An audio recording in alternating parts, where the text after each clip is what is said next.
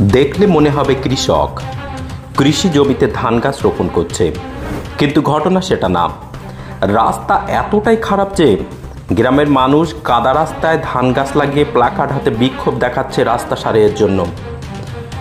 ঘটনাটি হিঙ্গলগঞ্জের রূপমারি পঞ্চায়েতের বাইনারা গ্রামের ঘটনা।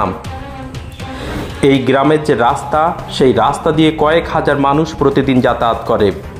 ছাত্রছাত্রী, বয়স্ক মানুষ থেকে শুরু করে গ্রামের সাধারণ মানুষ সকলেরই ভরসা এই একটাই রাস্তা।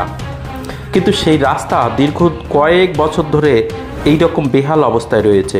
যখন বৃষ্টি হয় না তখন তবুও রাস্তা দিয়ে চলাচল করা যেতে পারে, কিন্তু যেই বৃষ্টি শুরু হয় তখন এই রাস্তা আর চলাচলের যোগ্য থাকে না।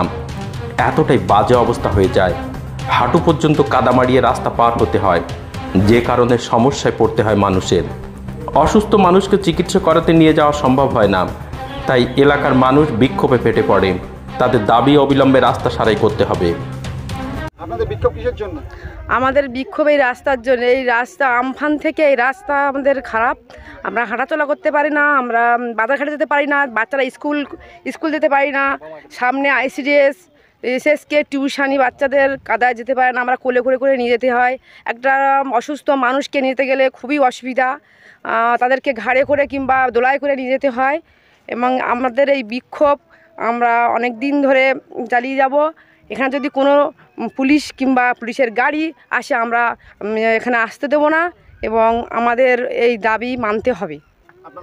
আমার নাম স্বপ্না মণ্ডল। এই রাস্তার জন্য, রাস্তায় আমরা হাঁটে চলতে পারি না, বাচ্চাদের যেতে পারে না, স্কুলে বাসালে খিচুড়ি আনতে যেতে পারি না আমরা। তারপর আমাদের এখানে ডেলিভারি রুগী আছে, তারা তো হসপিটালে যেতে পারে না, তাদের হেল্লায় করে নিয়ে যেতে হয়। ভীষণ রাস্তা খারাপ। আমাদের এখানে যদি পুলিশের গাড়ি আসে বাইর দেয়, তখন আমরা কিছুতেই এখানে ঢুকতে দেবো না। আর কোনো গাড়ি চলছে না এখানে, সব রাস্তা এত খারাপ, এখানে কেউ বেরাতেই পারে না। বর্ষা হলে সব বাড়ি খুলে ঢুকে থাকতে হয়। আপনার নাম? আমার নাম অপর্ণা মণ্ডল।